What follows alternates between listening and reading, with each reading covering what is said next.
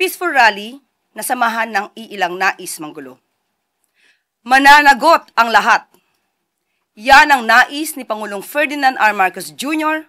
sa lahat ng sinumang gumamit ng karahasan sa naganap na peaceful rally noong linggo. Bilang isang public servant, pinakinggan ni Pangulong Marcos Jr. ang sigaw ng taumbayan. Managot ang lahat ng sangkot. Kaisa ng taumbayan si President Marcos Jr. laban sa korupsyon. Ang Pangulo mismo ang nagpasimula upang maimbestigahan ang maanumalyang flood control projects.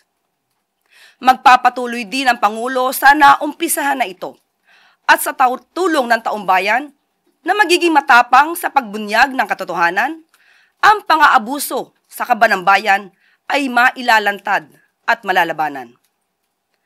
Ang Pangulong Marcos Jr. ay handang tumugon sa hiling ng taumbayan kaya't nirespeto at patuloy na nirespeto ng Pangulo ang karapatang pantao. Hindi siya naging hadlang sa malaking protesta. Naglahad ng galit ang tao laban sa korupsyon.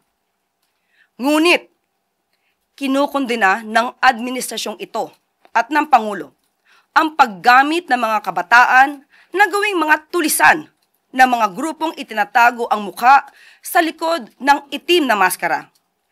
Team Itim kung maituturing. Hindi sila rallyista na may lehitimong adhikain laban sa korupsyon, kundi gumawa lang ng kaharasan, magnakaw, manunog, at manira.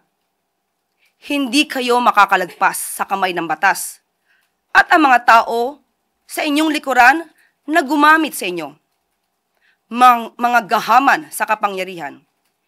Hindi kayo dapat paligtasin. Hustisya ang uusig sa inyo. Sa iilang gumamit ng foul language, nirerespeto ang inyong karapatang magpahayag. Pero may responsibilidad din kayong maging magandang ehemplo, lalo na sa kabataan. Ipinaglalaban natin ang tama. Idaan natin sa paraang tama.